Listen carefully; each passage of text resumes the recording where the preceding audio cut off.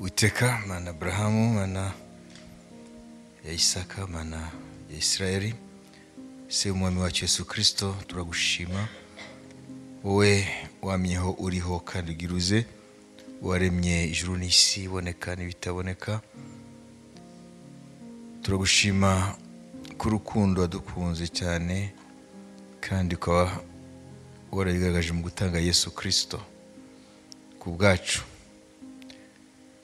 Nkuko Mose yamanitse inzoka mu butayu, abariwe n'inzoka bose bagakira bayirebye, niko Yesu wamanitswe hejuru y'igiti, hejuru y'isi kugira ngo hejuru y'ubutaka bw'isi kugira ngo ukwizera wese nazarimbuke ariko ahabwe ubugingo buhoraho.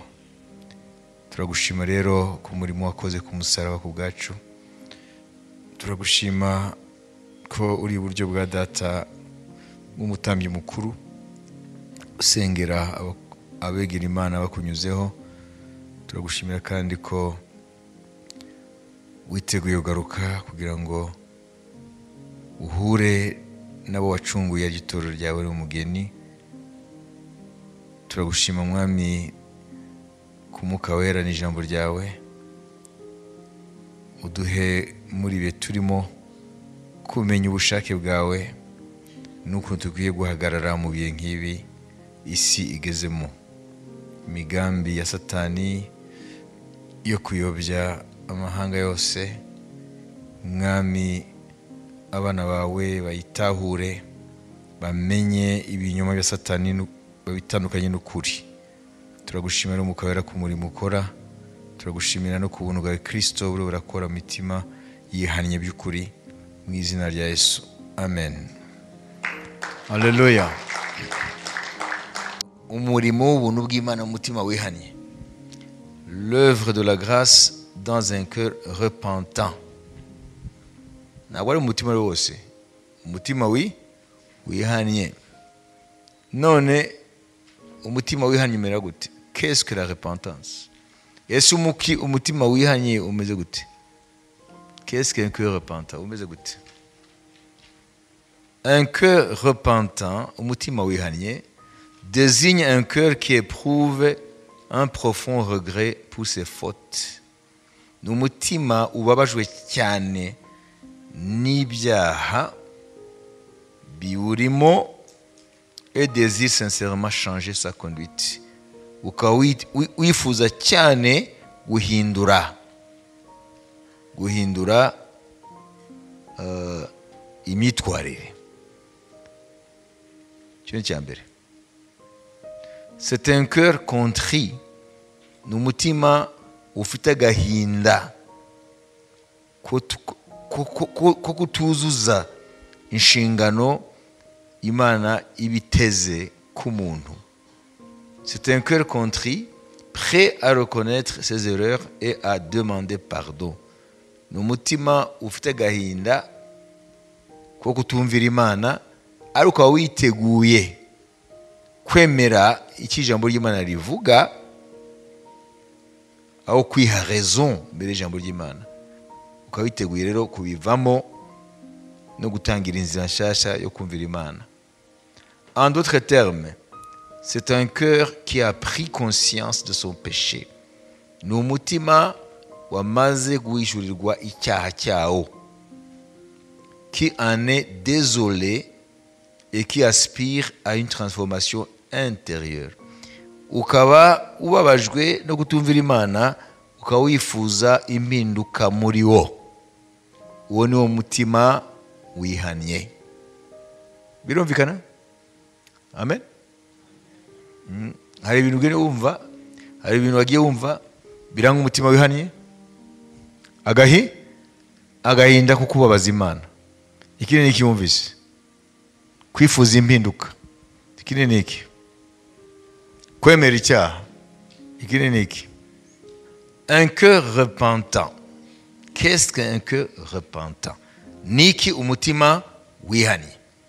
Un cœur repentant désigne un cœur qui éprouve un profond regret pour ses fautes. Umutima wihannye ni umutima wababajwe n'icyaha n'icyaha n'ibintu byose ijambo ry'Imana ribuza ariko ukisanga ubikora. Et désire sincèrement changer sa conduite. Ukaba wifuza by'ukuri nta buryarya guhindura. Amen. Imyitwarire. C'est un cœur contrit. Ni umutima wuzuye agahinda. Prêt à reconnaître ses erreurs. Witeguye kwemera amakosa et à demander pardon no gusaba imbabazi. En d'autres termes, c'est un cœur qui a pris conscience de son péché. Ni umutima wishura icyaha ufite. Kuko ushobora kuba ufite ibyaha ntunabimenye, ariko Imana ikabona ko ufite ibyaha ariko ntabyubona kandi ufite. Donc, un cœur qui a pris conscience de son péché, qui en est désolé. Ukababara. Ibi ntabwo bikwiye gukomeza gutyo. Singiye gukomeza muri ubuzima mbabaza Imana. Et qui aspire à une transformation intérieure. Uwo mutima urifuza impinduka imbere muri wo. Birumvikana? Ibyo byose ubishize hamwe rero nibyo byitwa umutima wihanye. Reka turebe iby'ingenzi. Icya mbere, prise de conscience. Kumenya ko uri mu buzima bubabaje Imana. Prise de conscience. Reconnaître que l'on a fauté et que l'on a blessé Dieu ou autrui. Kumenya yuko wakoreye Imana icyaha cyangwa undi muntu. 2. Regret. Ressentir une profonde tristesse et un remords pour ses actes passés. Kwemera yuko ukumva urababajwe nuko wakoze ibidatunganye. Confession. Admettre ouvertement ses erreurs et ses péchés, souvent à Dieu ou à la personne concernée. Ukamenya ko ukarekonesa ukihana ibyaha byawe ukabyatura Imana cyangwa uwo wahemukiye. Demande de pardon. Exprimer le désir d'être pardonné pour ses fautes et de rétablir les relations brisées. Ukemera ko wacumuye hanyuma usabane bwawe n'Imana. Amen. Cyangwa n'undi muntu wakomerekeje wababaje kugira ngo bivurwe. Hanyuma icyanyuma, décision de changer. Prendre la ferme résolution de ne plus commettre les mêmes erreurs et de vivre différemment. Ugafata icyemezo cyo guhinduka. Un cœur repentant est donc un cœur qui non seulement reconnaît ses erreurs, mais qui aspire aussi à la transformation et à une vie nouvelle. Ntabwo ari umutima gusa wemera icyaha, ni n'umutima wifuza cyane guhinduka no kwinjira mu buzima bushya. Amen. Aribyo bivuga ubugingo bushya. Kuko ari umuntu anezerwa no kubibamo. Hari umuntu anezerwa no kuguma mu byaha. Mwari mubizi ibyo. Ari nk'umuntu akora kuri kese y'amafaranga y'abandi, akazajya abavanamo hanyuma agatekinika imibare, noneho agahura n'ijambo ry'Imana kamubwira wowe uri umujura, rikamujyana mu byashiwe Yohana 20:8 twasobe twumve ngo dore abakora nk'ibyo ukora, dore aho Imana izabashira. Ariko abanyabwoba n'abatizera n'abakora ibizira n'abicanyi n'abasambanyi n'abarozi n'abasenga ibishushanyo n'abanyabinyoma bose umugabane wabo uzaba mu nyanja yaka umuriro n'amazuku ariyo rupfu rwa kabiri. Amen. Amen. Uyu muntu rero iyo bamubajije kontabilite y'ibyo akora, ni ngombwa arabeshya. Sibyo? None bakamujyana rero n'ahandi. Mu rwandiko Paulo yandikiye Abakorinto 6 ku murongo wa 9 ugeze ku murongo wa 11. Ntimuzi yuko abakiranirwa batazaragwa ubwami bw'Imana? Ntimwishuke. Abahehesi cyangwa abasenga ibishushanyo cyangwa abasambanyi cyangwa ibitingwa cyangwa abagabo bendana cyangwa abajura cyangwa abifuza cyangwa abasinzi cyangwa abatukana cyangwa abanyazi, bene abo ntibazaragwa ubwami bw'Imana. Kandi bamwe muri mwe mwari nkabo, ariko mwaruhagiwe, mwarejejwe, mwatsindishirijwe n'umwuka w'Imana yacu mu izina ry'Umwami Yesu Kristo. Amen. Ngo n'abajura siko bavuze. None uwo muntu niki? N'umujura. Hanyuma nubwo yumvise ayo magambo, ariko yararyohewe cyane no kwiba, kubera ko yahise yimanika mu buzima bwo hejuru budashobora kujyana n'umushahara we.